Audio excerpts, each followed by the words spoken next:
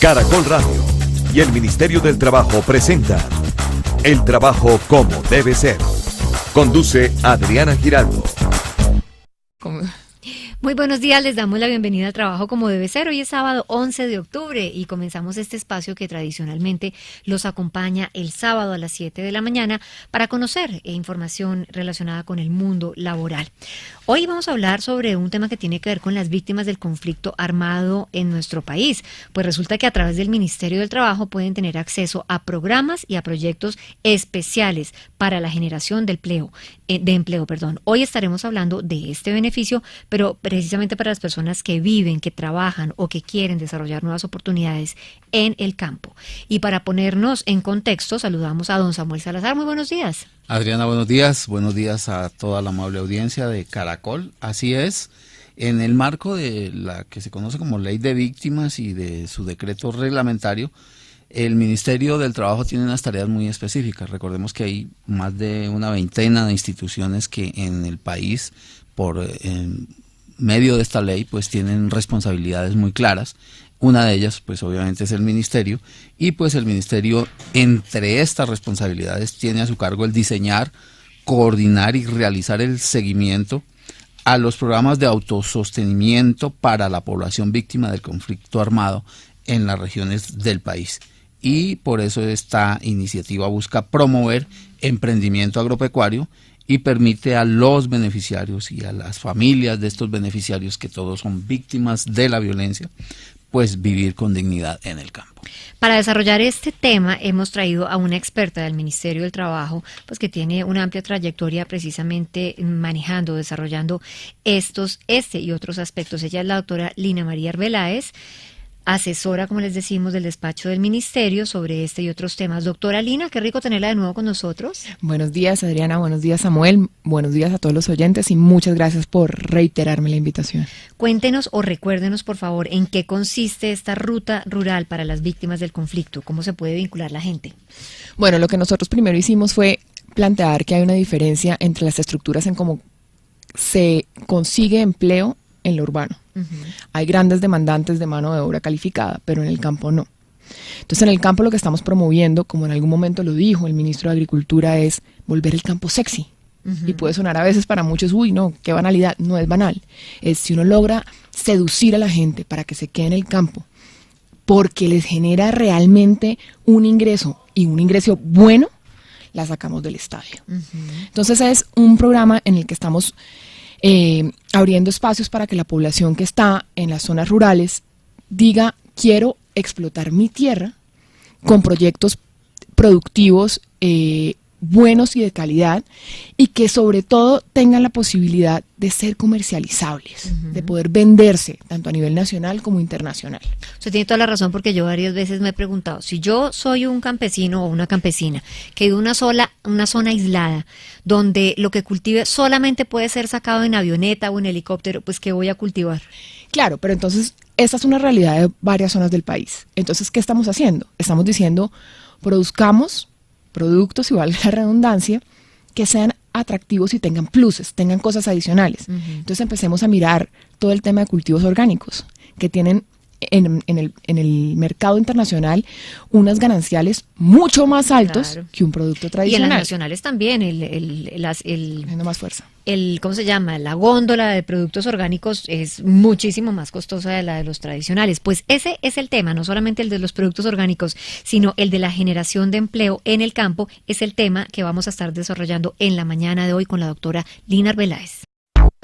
Para resolver todas las inquietudes sobre cualquier tema laboral, acuda a los servicios del Centro de Atención y Orientación Colabora, del Ministerio del Trabajo, desde cualquier celular al 120, a través de nuestras redes sociales, Twitter o Facebook, @mintrabajocol, en nuestra página web www.mintrabajo.gov.co, en el apartado de Contáctenos, o a las líneas de atención directa 018 513 100.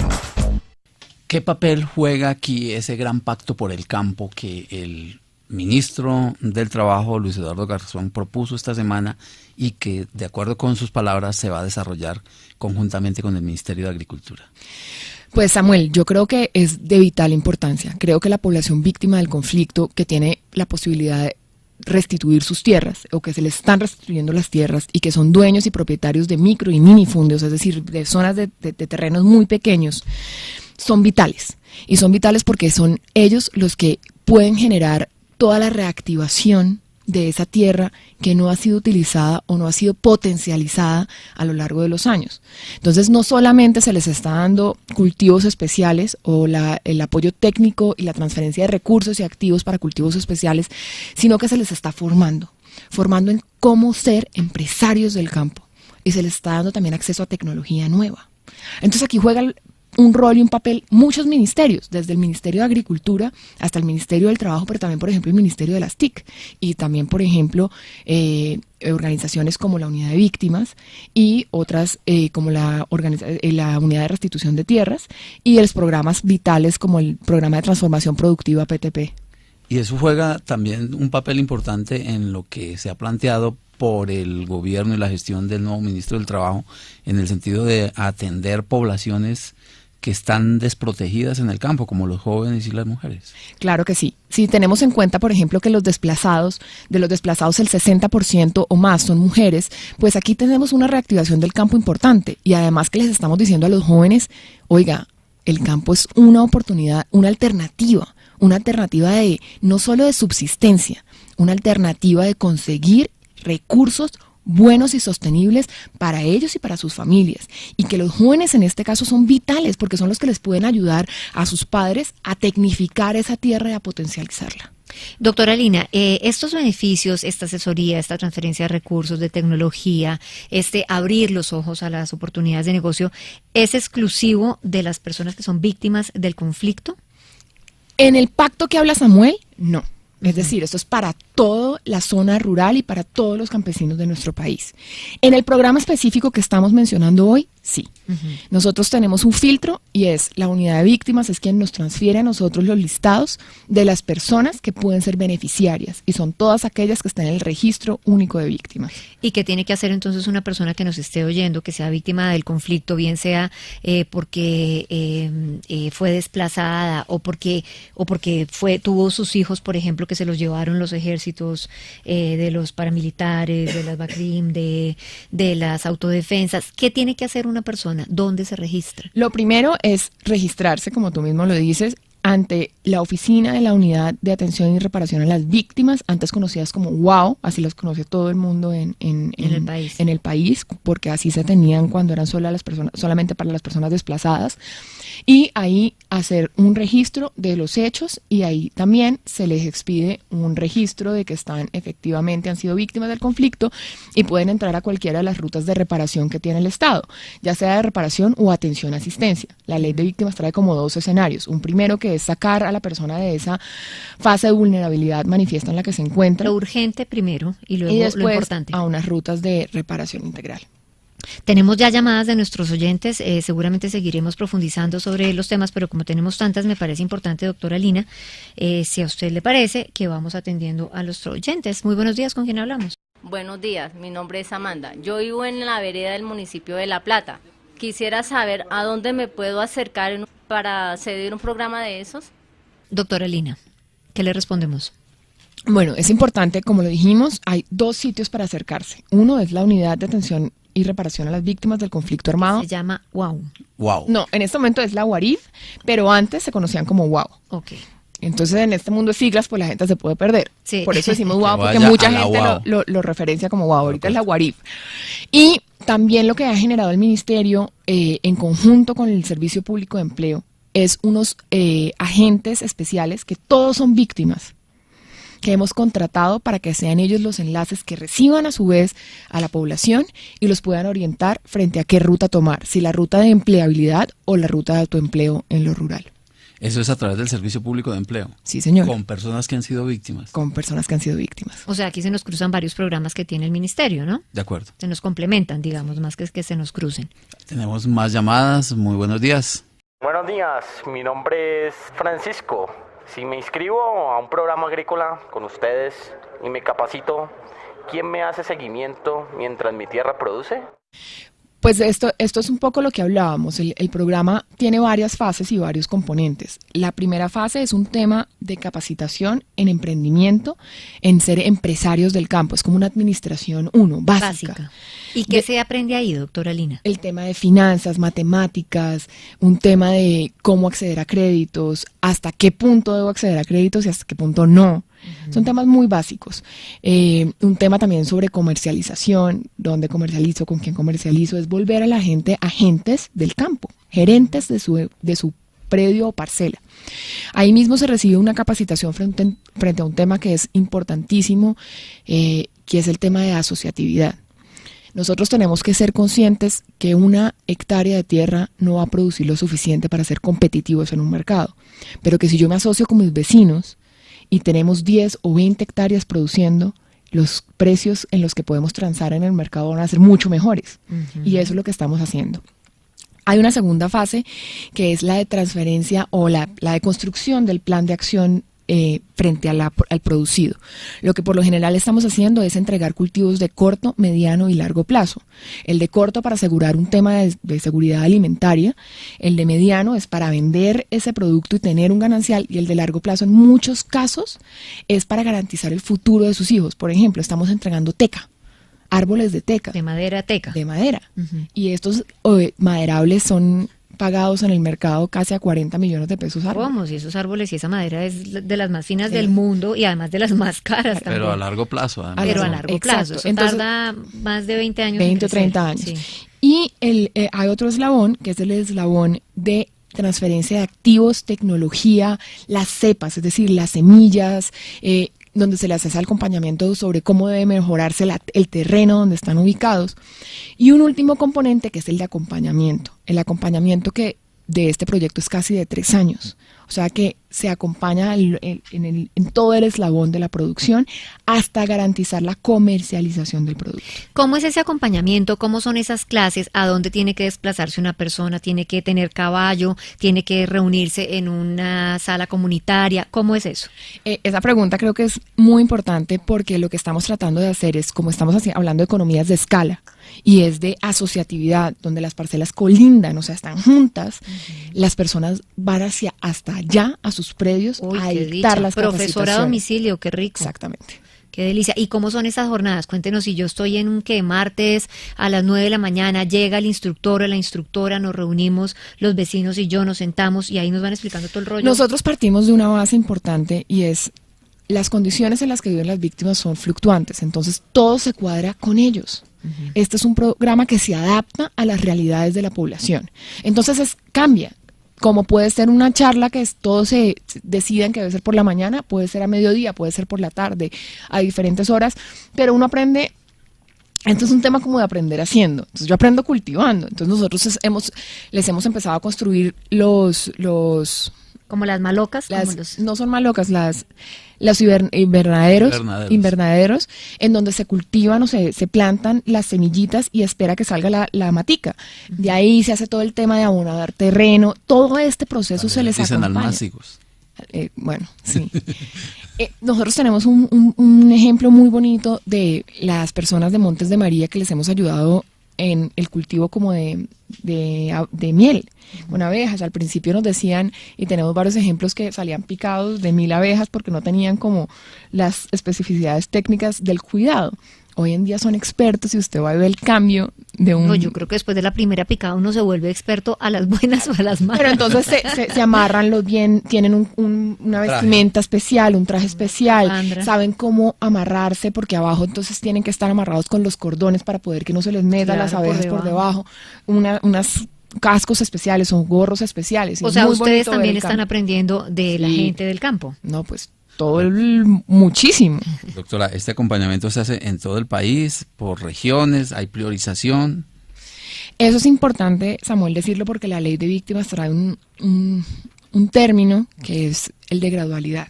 Es decir, nosotros no podemos llegar mañana a atender todo el país, los 1.300 y pico, los 1.000 y pico de municipios que están.